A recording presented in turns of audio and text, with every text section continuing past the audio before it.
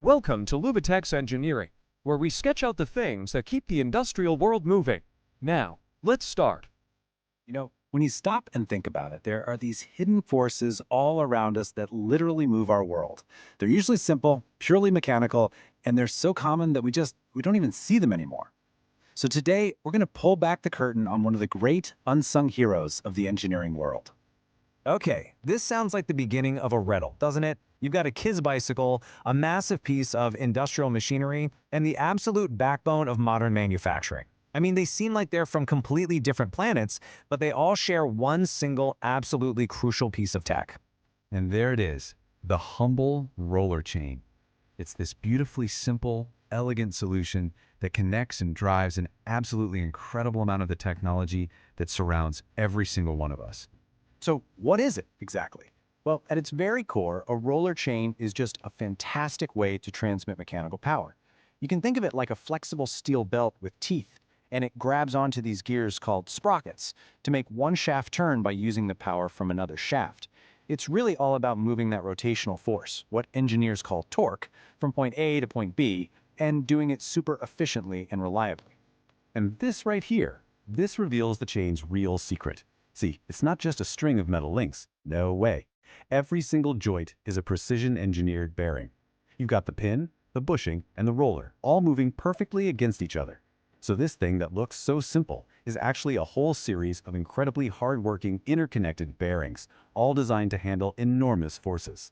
Right, and just like you wouldn't use a sledgehammer to perform surgery, you definitely don't use the same type of chain for every single task.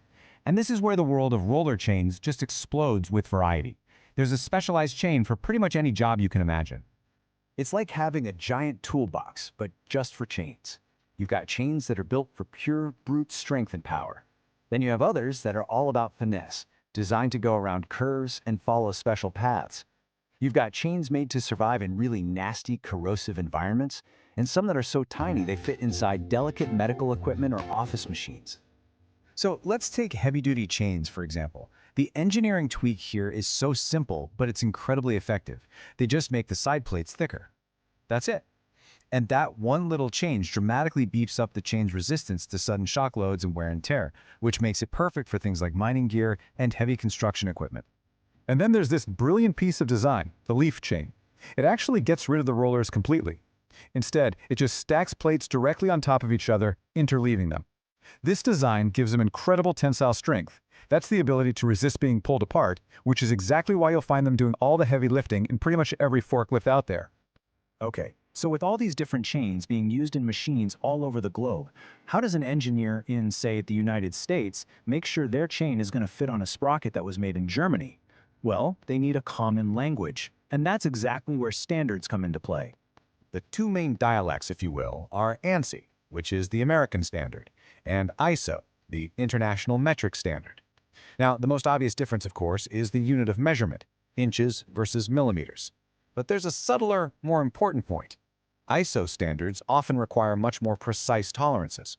That makes them perfect for high-accuracy machinery you often find in Europe and Asia, while the ANSI standard is pretty much king in North America.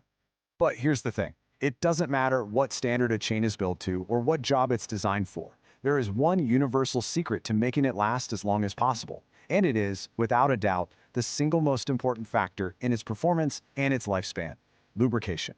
This quote right here just nails it. We have to stop thinking of a chain as just a chain, and remember what we saw earlier. It's a system of hundreds of tiny bearings all working in unison. And like any bearing, if you don't give it the proper oil, it's just going to grind itself to dust. Good lubrication is everything. It cuts down friction, it cools the parts, and it will dramatically extend the chain's working life. But how you lubricate is just as critical as the fact that you lubricate.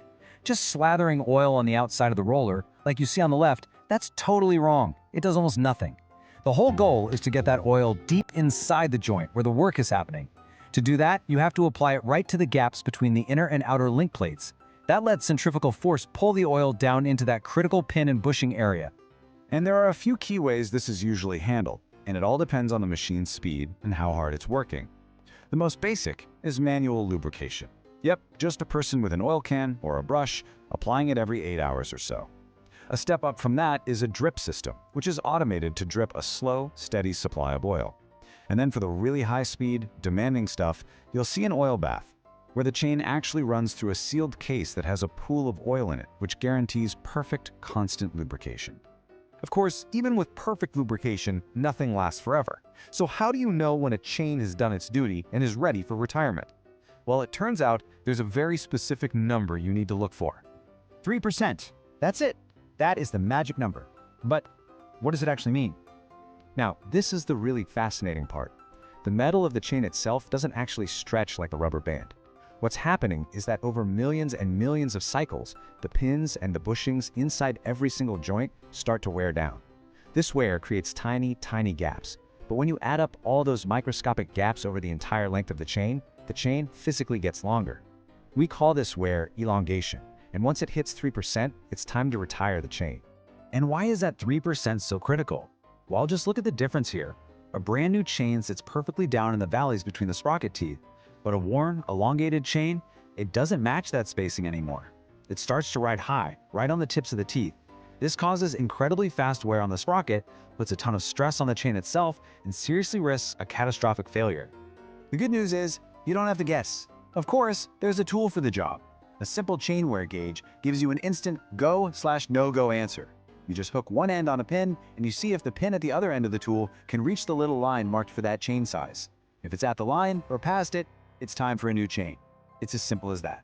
So, the next time you see a conveyor belt or a printing press or even just hop on your bicycle, maybe you'll see it a little bit differently. You won't just see a simple machine, but a whole system being powered by one of engineering's most reliable and most overlooked workhorses, the unseen engine, the roller chain. Thanks for watching. For more industrial insights, check out our other videos. Don't forget to like, share, and subscribe to Luvitex Engineering.